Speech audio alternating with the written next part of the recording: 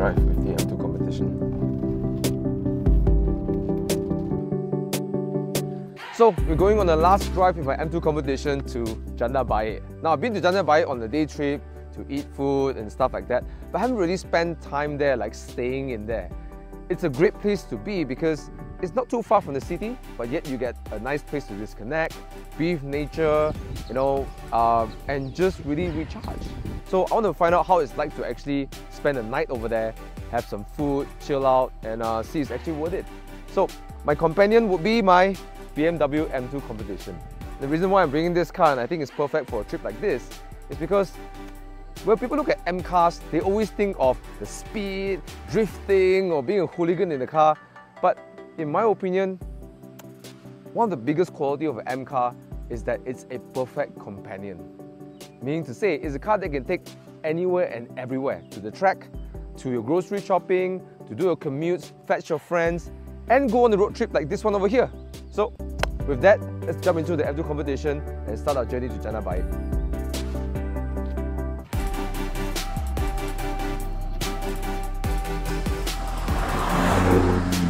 A good road trip should consist of a few things. The first, you gotta have some nice roads, and this is perfect. Now, as you depart KL to Janda Baik, it's approximately around 45 minutes of a drive or 50 minutes depending on the traffic. But because we're cutting through mountains, the highway itself, the Karak highway itself, is nice and twisty. You've got long sweeping lefts and right, so it's a lot of fun to drive, alright? And that's rather important if you're a car enthusiast like me. You know, that little box gets ticked. And when you get into Janda Baik itself, you get lots of twisty roads because we are in the valley, and that's how roads exist with mountains. They are just naturally curvy, and that equals to a lot of fun, alright? Especially in a car like this, which I'll talk about this car in a moment. But the second thing that makes a great road trip is nice sceneries and something different actually. See, we go on a trip to disconnect from what we usually have and connect with something entirely different. So nature is something different, but the nature that we're going to visit is something that's deep in the jungle. Now Janda Baik is known to also be part or in the edge of a forest reserve, so we're going to have a lot of jungle around us, and it's just a great way to disconnect. Where we're heading right now is actually to Berjaya Hills, or I think it's called Colmar Tropicale. But all I know right now, as far as I've been briefed, is it's a French design village, so that's going to be pretty awesome, I hope. So let's go and check that out. But the third thing that makes a great road trip are good food, right? So I've highlighted some restaurants to try later in Janda Baik. There'll be another one that I want to take you to. It's called Wonderland. We'll see in a moment. It's one of my favorite restaurants in Janda Baik. I'm going to show you what's their signature dish, right? But food is a big thing, right?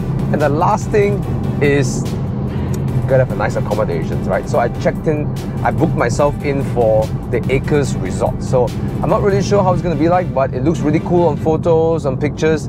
Let's go and find out how it's like.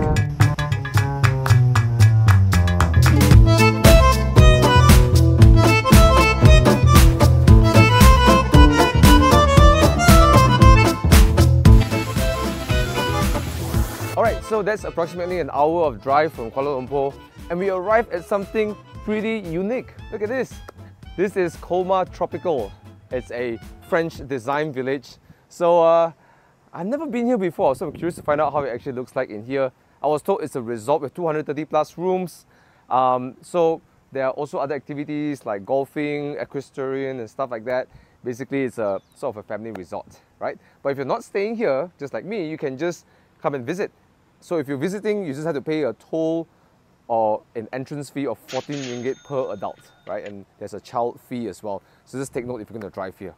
And the roads are freaking amazing, all right? So if you're a car enthusiast like me, you're in for a treat, all right? So let's just head in and find out how is the little French village like.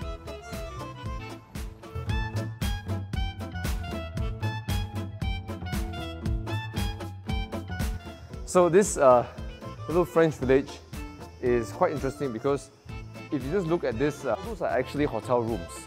So after you check in near the entrance, one of these houses where a normal villager would live, you will stay in there. So it's like I guess they're selling this concept of, you know, being a villager.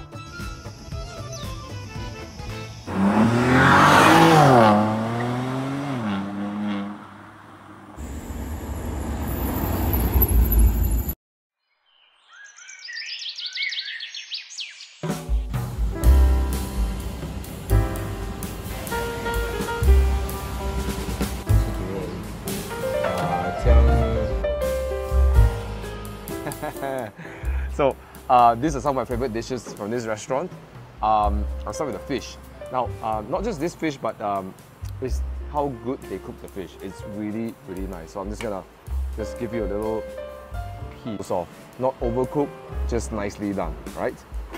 Now, there are a lot of different selections of fishes, which I like, and they will recommend you whether it's a fresh river fish or whether it's a farm fish. So, you know, I prefer farm fishes, so you get that sort of recommendation. So I like to eat it like this, just easy steam with some soy sauce. And then this one over here, I ordered a big portion because I love it. It's kangkung. I love kangkung a lot, but they do it with belacan, and they cook it in a claypot. Then there's this really special aroma that comes from just being served in the cooked in the claypot. There's a little bit of a burnt smell to it. And you know, can't wait to just dig in.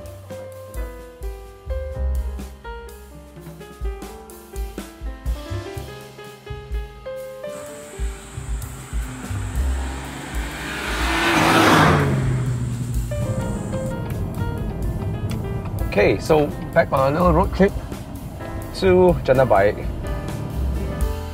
We're gonna head into this place called Pineyard. It's a little cafe. So let's go grab some coffee, tea, maybe some desserts, and just take in the whole jungle feeling. Now, since we are on this tight, twisty roads, alright, they are really, this is really tight, as you can see. This is kind of where the M2 competition can show one of its weakness. Now, sure, everyone praises it about its power. It's the S55 engine, 407 horsepower, 410 I think, and then 550 Newton meters of torque, blah blah blah.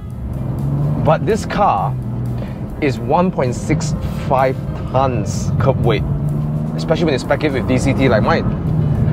So the M department has really found ways to hide its weight. I really applaud them for that. But in the end, it's still physics.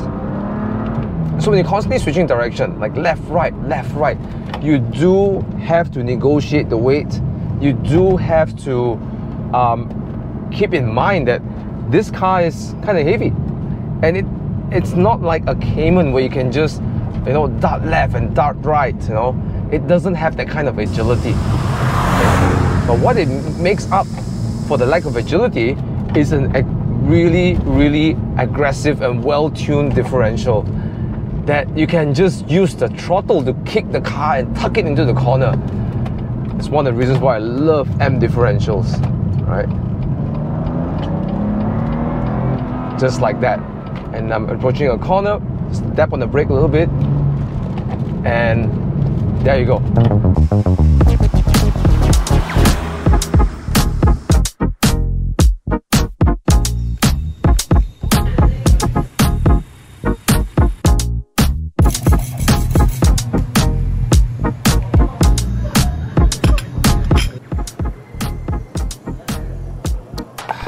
So we find ourselves here in Pineyard. This is a little cafe somewhere near the early entrance of Janda Baik. And I think it's quite an appropriate name because Janda Baik is actually a coniferous forest. So what it means is that you have a lot of pine trees, these kind of trees around here. So what's really unique about this place is that the population is really small. I think less than 1,000 or thereabouts, maybe 1,000 or 2,000. I could be wrong, but it's a very small population, so it's very kampong-like, very village kind of feeling. And it gets pretty cold in the morning and evenings, maybe somewhere in the lower 20s. And sometimes even reporting below 20. There were some mornings that I came here was like 16 degrees, which is freaking awesome, alright? So this cafe is pretty cool, but they open at 9. And for those who are our Muslim friends who need halal food, that is not going to dine at Wonderland Village. You can actually dine here. We got Western food, salads whatsoever. They're pretty damn good. And you can even have an ice cream like this. So this is rum and raisin. Let's see how it tastes like. Definitely good on a hot day like this. Okay. Janda Baik is actually quite complex. There's a lot of things to do. You can go to the waterfall, you can go hiking, you can go to the farm. In fact, there's a really nice restaurant up this hill. It's called A Little Farm on the Hill. No pun intended. But what they do is they do fully organic food. Means that everything that you eat is planted from the farm. Highly recommend that you go join one of their communal lunch thing. So yeah, there is a lot to do even though it's not really far away from the city. In fact, I would really recommend people to explore Janda Baik a little bit more. I mean, at least that's what I'm feeling right now, because it's not that far, and yet you get a lot of driving roads, especially for car lovers, and there's still so much to do, right? So right now we're gonna finish up my coffee and my rum and raisin ice cream. Then I'll see you on the road again.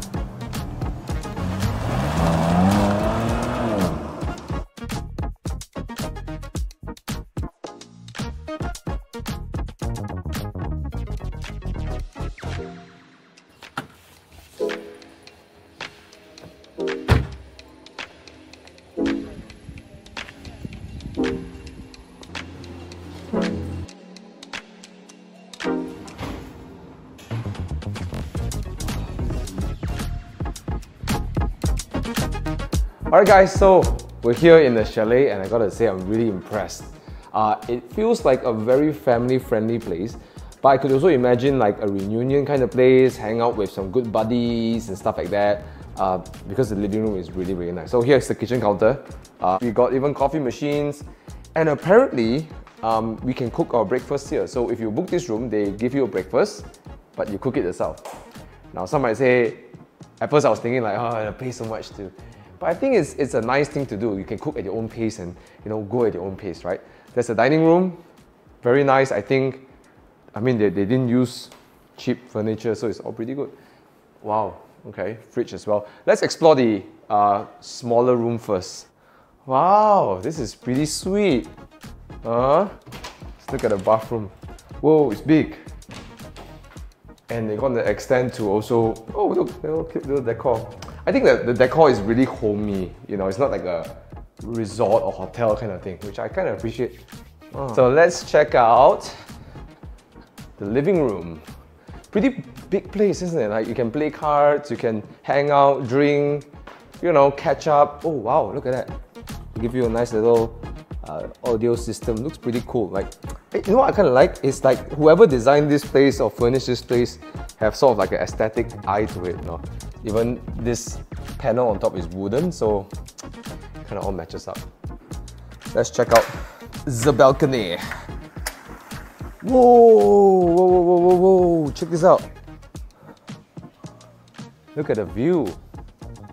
Just look at that. Little lake view with a lot of lotus. Okay, let's check out the master bedroom. Very nice. Not very big, but I think cozy enough.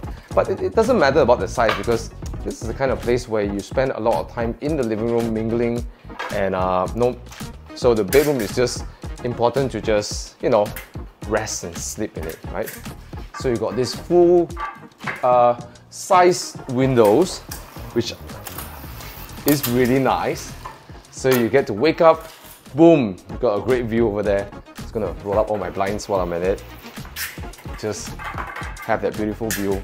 I think it's a bit pricey. Yes, it's 1,600 or 1,009, I believe. I'll put the link in the description below. But if you're packing 5 people in for one night, including breakfast, including dinner, and all those free activities, yeah, I think it's a very nice place to just chill and disconnect. Yeah, I'm super satisfied. Highly recommend so far. We'll see how it's like to stay one night and tell you more about the resort tomorrow. So, then take it easy. Want to relax and take a nap.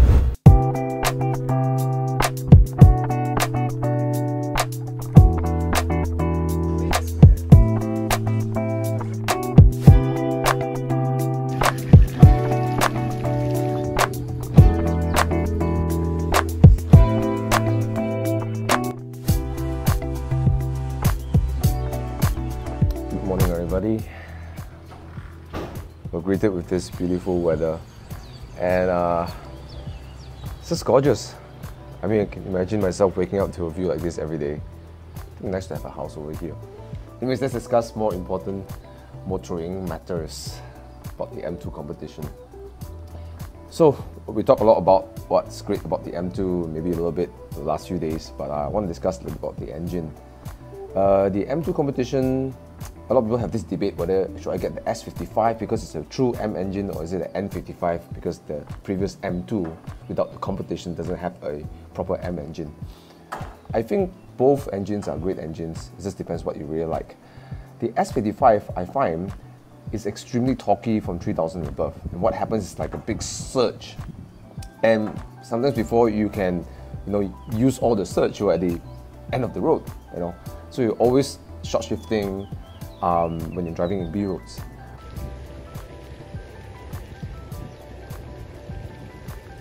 So I can't really say which one is better if you're looking to buy an M2 or M2 competition. I just think manage your expectations when you get it. Personally, I like the M2 comp a little bit more because it's a bit more wild and you have to sort of tame it when you drive the car. Yeah, talking about taming, I have to tame my hunger right now, so I'm going to go cook something first.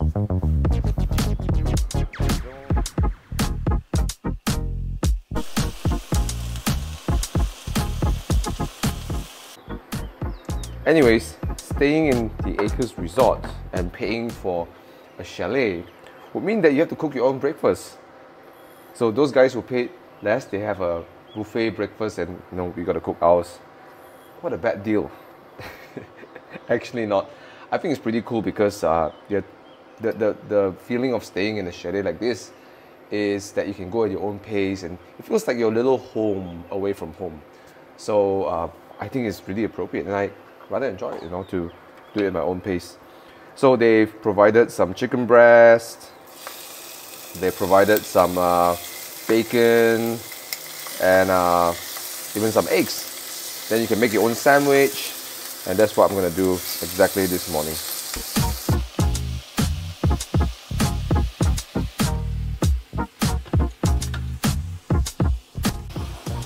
Now if you're cooking bacon, make sure you don't put oil in your pan because the bacon is already fat, right? A little tip if you want to have those crispy bacon. Anyways, back to motoring stuff. Earlier in the video, I did say that the M2 competition is a perfect life partner to a car enthusiast.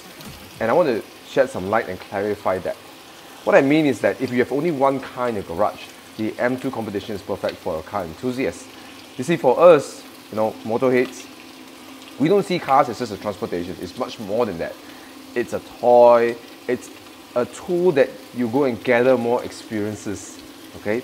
And in the case of the M2 competition, it allows you to gather very extreme experiences, but yet it can still fit in the same category as a day-to-day car. So, I'll give you an example. Let's say you get a normal 3 Series, which is not an M car. Great car, by the way, love it.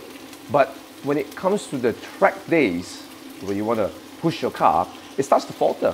The M2 competition can take the track, like what I did with Zan Lau. It also allows you to go and do your, weekend drives. You can have fun on the mountain roads. You can go on a road trip just like this one over here because you've got ample boot space, right? You'd be surprised, the M2 actually has pretty decent boot space. And then you can go to a hotel dinner, parking in the lobby. It looks fine. It blends in, right? It doesn't look like a race car that escaped the racetrack. It looks nice, even in the city. So it's appropriate almost everywhere. It's like a girlfriend or a wife or a friend that you don't mind introducing to your other friends, right? You're always taking it along everywhere. That's what I meant by life companion. And here's the best part about M cars. Your friends can drive a Lamborghini, a Ferrari, a McLaren, or a hypercar, whatsoever, Porsche. If you park an M car in, you bring your M car to meet your friends who are driving those things, it will not still feel out of place because it's still a respected car brand. An M car is respected. So in that perspective, everywhere from track day to weekend drives to car meets to day-to-day commute, it covers everything. And that's what makes a great life companion. Okay, here am I trying to make a decent sandwich. It's something I can't really do well. But I tell you what the M2 competition does really well. It's the S55 engine. One thing I like about this engine versus the last one that I forgot to mention is that it's actually really robust. The cooling system is actually it's actually pretty darn good. I drive it up really hard around Genting. I drive it really hard around Sepang, and never once the temperature went too high. Yeah, so that's one of the benefits of actually having the S85 engine if you're thinking about getting an M2 competition.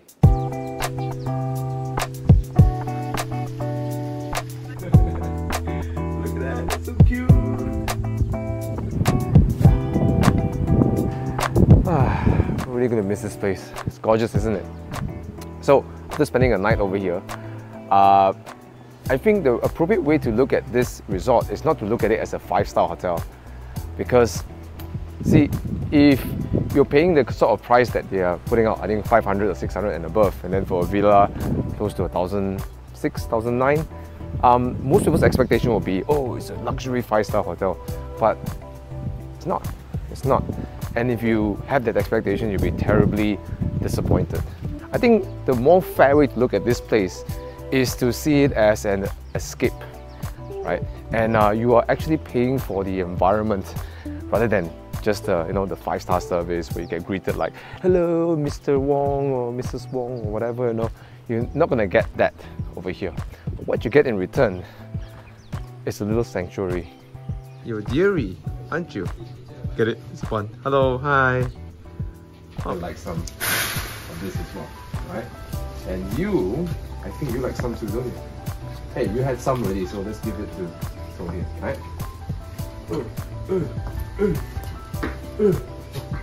Okay, right. To really relax and recharge. So yeah, will I come back here again? Absolutely yes. And I want to bring my parents, bring my niece, and one day is not enough.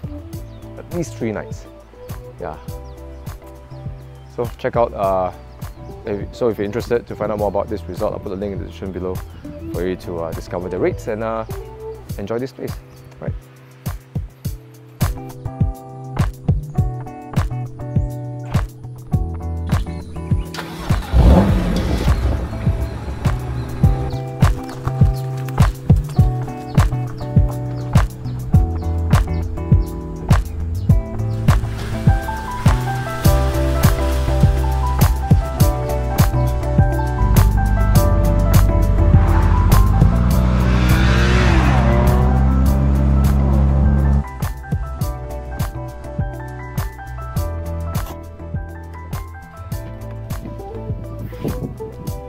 So, some of you are probably wondering, Thomas, if you like this car so much and it's such a great life companion, why are you letting this car go?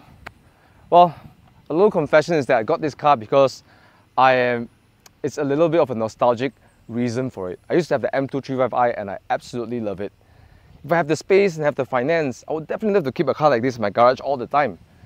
But I like to free up the funds to pursue something different, something greater, something outside of my comfort zone. And you know what? Life is about experiencing new things, right? So this is where I bid farewell to Luna, my M2 competition, and hopefully she ends up in good hands. If you're looking to buy a car like this, I can assure you, you'll definitely be happy with this car purchase. Goodbyes are hard, right?